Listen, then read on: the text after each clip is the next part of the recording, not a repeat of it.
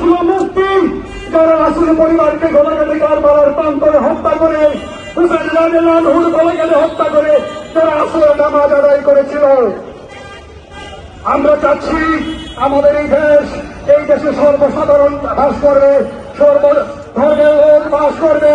এখন আমাদের এই দেশ কয়েকদিন পূর্বে ছাত্র বৈষম্যের ছাত্র আন্দোলনের ফসল হিসাবে যে সরকার হয়েছে সে সরকারের দৃষ্টি আকর্ষণ করে বলছি, আপনাদের কাছে আকুল আবেদন, এই দেশে সর্বমতের সর্বধর্মের লোক যেন সহাবস্থান করতে পারে, তাদের স্ব ধর্ম পালন করতে পারে।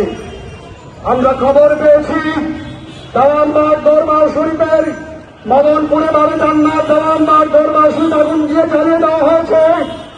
তাদের বরকত বিশাল দরবারে হামলা হয়েছে, গরিব দরবারে হামলা হয়েছে, সিলেটের শাহজালাল দরবারে হামলা হয়েছে।